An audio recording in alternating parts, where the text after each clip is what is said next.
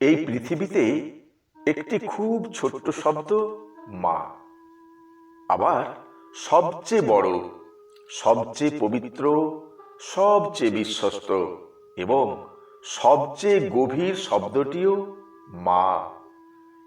মা মানে দিগন্ত নীল আকাশ, মা মানে তো অতল সমুদ্র। আকাশের মতোই মায়ের সীমা পরিমাপ করা মানুষের সাধ্যের অতীত। তবে এই মা শব্দটি যে শুধুমাত্র মানব জাতির ক্ষেত্রেই প্রযোজ্য তা কিন্তু নয়। অধিকাংশ প্রাণীর ক্ষেত্রেই মায়ের এই স্বরূপ আমরা দেখতে পাই। সন্তানের মঙ্গলের জন্য অধিকাংশ প্রাণীর মা অনেক কিছু করতে পারে।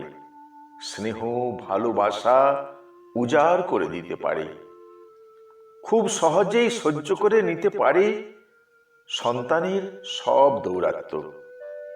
সন্তান কিসে ভালো থাকবে সেই চিন্তাতেই মশগুল হয়ে থাকে মা।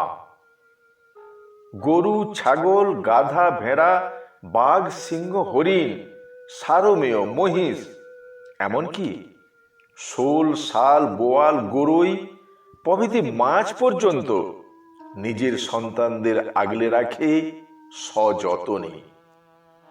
পৃথিবীর সব মায়েদের মধ্যেই ঈশ্বর সেই গুণ প্রদান করেছেন সমানভাবেই। আর সেই জন্যই মা বোঝে সন্তান কিসে খুশি হবে, কিসে ভালো থাকবে, কখন খিদে পাবে, সব কিছুই। বাইরের কোনো বিপদ এলেই নিজের জীবন তুচ্ছ করে ঝাঁপিয়ে পড়ে সন্তানকে রক্ষা করতে। আসলে পৃথিবীর সর্বশ্রেষ্ঠ সম্পদই হচ্ছে মা। মা মানে শান্তি, মা মানে নিরাপদ আশ্রয়, মা মানে মনের ব্যথা, দুঃখ, কষ্ট সব দূর হয়ে যাওয়া। তবুও এটা দুর্ভাগ্যের বিষয় যে সর্বংসহা এই মা অনেক সময় কিন্তু প্রাণপ্রিয় সন্তানদের কাছ থেকেই পায় সীমাহীন আঘাত আর কষ্ট। কিন্তু তাই বলে মা কিন্তু সন্তানকে কষ্ট দিতে পারে না, বা সেটা আদৌ চায় না।